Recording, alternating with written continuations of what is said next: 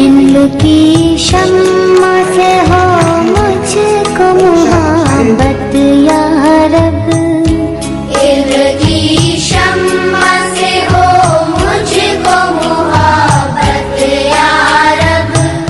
सामाजिक तरक्की, होनहारों का हौसला अफजाई, शहर के रोशन ख्याल लोगों को दीन और दुनियावी सोच में और तरक्की देने के लिए पिछले करीब 21 सालों से बेहद ही खामोशी से काम कर रही पैगाम इंसानियत का 18वां तालीमी कॉन्फ्रेंस IMA हॉल बरेली में मुकम्मल हुआ, जिसमें तालीम, तरबियत, तरक्की और सेहत पर बात की गई, जिसमें शिरकत करने पहुंचे HBS हॉस्पिटल बेंगलोर के डॉक्टर ताहा मतीन ने शिक्षा और स्वास्थ्य पर जोर दिया।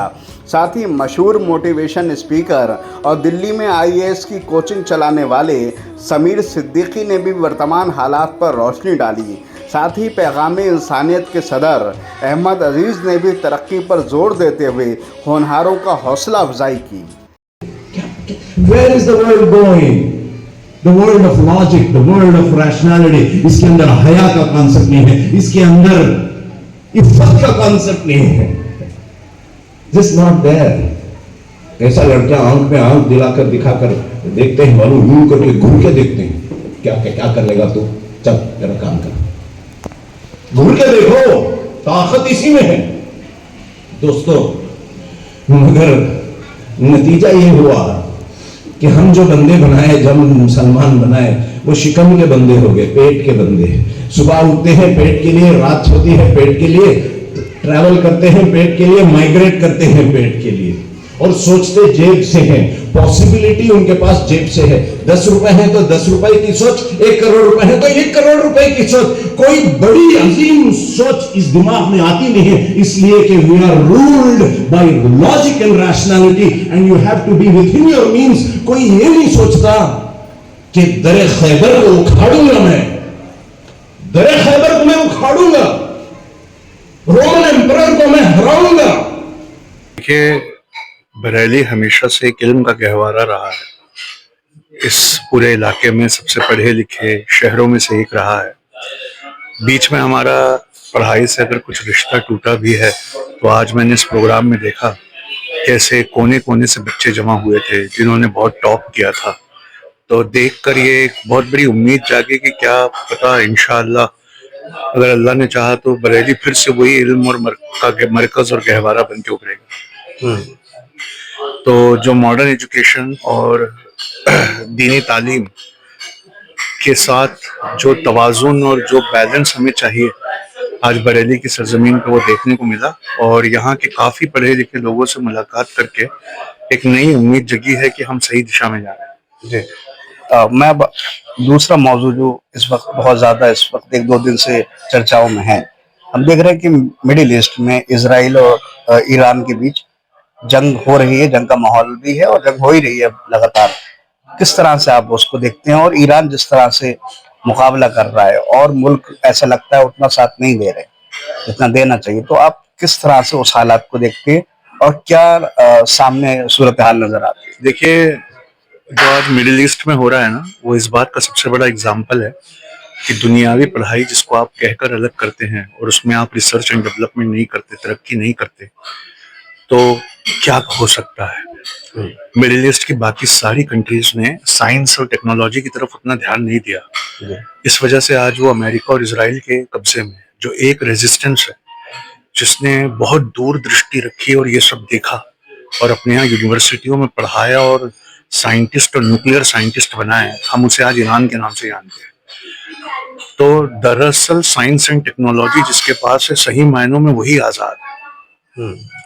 एक अपने जज्बे और जोश और जुनून और ईमान की बड़ी ऊंची जो फलक है, उस पर फिलिस्तीन ने हमको बताया कि आज़ादी क्या होती है, और उसके बाद ईरान ने बताया। और ये बहुत रोने वाली बात है कि UAE, कतर, दुबई, सऊदी अरब, जिनके पास कभी ना खत्म होने वाली दौलत के ज़राए हैं, उन्होंने उसे यूनिवर्सिटियां और साइंस एंड टेक्नोलॉजी और R&D में कन्वर्ट नहीं किया। तो आज वो एक ठोकर से बिखर जाए, इस तरह के कभी कभी हमें फीलिंग आती है। अच्छा, एक बात और आपसे मैं जानना चाहता हूँ कि क्योंकि आप आईएएस की कोचिंग कराते हैं, तमाम चीज़ें। अल्पसंख्यक समाज ने पिछले कुछ सालों में ज़बरदस्त तरह से यूपीएससी में परफॉर्मेंस की है, स्पेशली जामिया मिल्लिया से ही बड़ी संख्या में निकलते हैं। लेकिन फिर भी हम कहीं ना कहीं दूर नजर आते हैं। हमारे सामने स्ट्रक्चर कमेटी की पुरानी रिपोर्ट भी है, उसमें किस तरह से सुधार है, और आप जो आज के तालीम का जो तरीका है उसको किस तरह से देखते हैं। आपने कहीं पर एक उसमें कहा कि लंगड़ा और इस तरह का कुछ मतलब एजुकेशन का जो सिस्टम है, जो हमारा मॉडल एजुकेशन का सिस्टम है, उसको किस तरह से देखते हैं। दोनों चीजें एक साथ। देखिए, यूपीएससी में कोई ऐसा नहीं है कि हमारी कौम ने कमाल कर दिया। ये एक परसेप्शन आपका तब बनता है जब व्हाट्सएप पे एक लिस्ट घुमा करती है। आप जितने परसेंटेज में हैं पॉपुलेशन में, 14.5 के आसपास, 2.5% भी आप यूपीएससी में सिलेक्ट नहीं होते। लेकिन व्हाट्सएप पे उस लिस्ट को इस तरह सेलिब्रेट हम करते हैं, जो कि हमें नहीं भी करना चाहिए। हम इस कदर सेलिब्रेट करते हैं कि लोगों के दिमाग पे एक हैमर करते हैं मैसेज कि नहीं नहीं, हम तो बहुत अच्छा कर रहे हैं, हमने तो यूपीएससी में हर तरह के झंडे गाड़ दिए। ऐसा नहीं है, हमें बहुत मेहनत करने की जरूरत है। सच्चा समिति की रिपोर्ट जब आपने कही, तो सोशली एंड एजुकेशनली, शैक्षणिक और आर्थिक तौर पर सबसे पिछड़ा समाज हमारा है। और बाकी लोगों को अगर 2 मेहनत करनी पड़ेगी तो इस नफरत के माहौल में आपको 10 मेहनत करनी पड़ेगी। और ये 10 और 20 की ही मेहनत है। जहां 2 चाहिए वहां उससे 10 गुना मेहनत करिए, तभी आप वहां आएंगे जहां आपको आना चाहिए। कौमें बनती हैं रिजल्ट से नहीं, कौमें कोशिश से बनती हैं। समाज ऊपर उठते हैं। पास होने वाले तो अपनी बीवियों के साथ शादियां करके सेटल हो जाते हैं, लेकिन जो बहुत मेहनत करके जिनका किस्मत से नहीं होता, वो लौट कर आते हैं, अपनी कौम को दिशा दिखाते हैं। तो मेहनत करने वाले, ऊंचा उठने वाले, जान लगाने वाले जिस समाज में होते हैं, उस समाज को बहुत ऊंचा समझा जाता है, ना कि बहुत सारे पास हुए लोग जिसमें होते हैं उन्हें मजा। बस आखिरी में एक मैसेज और दे दीजिए, जो खासतौर से युवा पीढ़ी पे, हिंदुस्तान का जिसका मुस्तकबिल जिस पर निर्भर करता है, और क्या कहना चाहेंगे उसके लिए, किस तरह से आगे बढ़े और किस तरह से तरक्की हासिल करे, जिससे मुल्क की भी तरक्की हो। देखिए, पहले तो रट के पढ़ना छोड़ना होगा, हमें चीजों को समझना होगा। और पढ़ाई कई तरह की है, सिर्फ एक सिलेबस वाली नहीं है। जिंदगी में किसी चीज को ट्राई करना, एस्टेब्लिश करना, किसी बिजनेस को चलाना, उसमें आइडिया लगाना, उसको स्केल करना, ये भी ट्रायल एंड एरर की एक पढ़ाई है। लोग आईआईटी आईआईएम के बाद यही करते हैं। आप बिजनेसमैन बन जाते हैं पढ़ाई छोड़कर, तो आपको लगातार अच्छी किताबों से आइडिया लेकर उसे अपने बिजनेस में संवारना चाहिए। जिसे एडमिनिस्ट्रेशन में जाना है, उसे उसकी तैयारी करना चाहिए। जिसका डॉक्टर बनने का सपना, उसे नीट और जेईई की तैयारी करना चाहिए। देखिए, जिंदगी कैसे बीती अल्लाह जब पूछेगा, तो सबसे अच्छा जवाब है कि 30 पन्ने रोज बीती। तो कम से कम 30 पन्ने अपनी फील्ड के, या जो हम बनना चाहते हैं, या जो हमने शुरू किया है, उस फील्ड से रिलेटेड हमें जरूर पढ़ने चाहिए।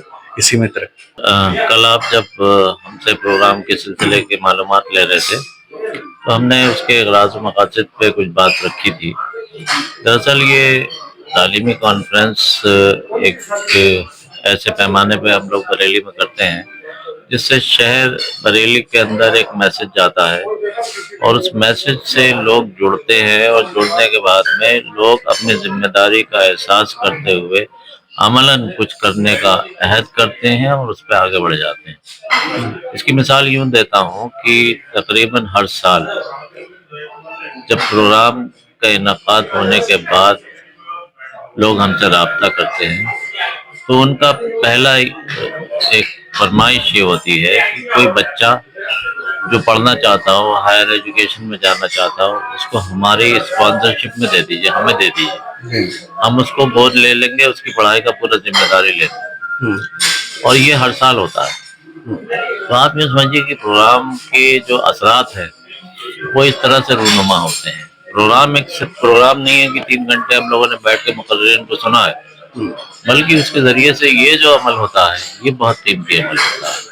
और अल्हम्दुलिल्लाह इसके जरिए से कितने बच्चे जो हैं आज हायर एजुकेशन, यूनिवर्सिटी के एजुकेशन हासिल करके इसी तरह की सरपरस्ती में लोगों की जाके और कामयाब हो चुके हैं। और ये बड़ी काबिल ज़िक्र बात है कि जो हजरात इस सिलसिले में पेशकश करते हैं कि हमें कोई बच्चा ऐसा दे दिए जो होनहार हो जिसको हम आगे तक पढ़ा सकें, तो फिर वो उसकी हर तरह की जिम्मेदारी लेते हैं, उसकी हर ज़रूरत पे वो आगे बढ़ के आते हैं, उसकी ज़रूरत पूरी करते हैं। वो सिर्फ कॉलेज की फीस नहीं दे रहे होते हैं, वो बच्चे के जूते, कपड़े और दीगर चीज़ों की ज़रूरतों का ध्यान रखते हुए अपने बच्चे की तरह उसको आगे बढ़ाते हैं। ये बड़ी काबिल ज़िक्र बात है। अच्छा, अब ये बताइए कि हर साल आप प्रोग्राम करते हैं, क्या इस बार कुछ अलग था पिछले सालों के मुकाबले?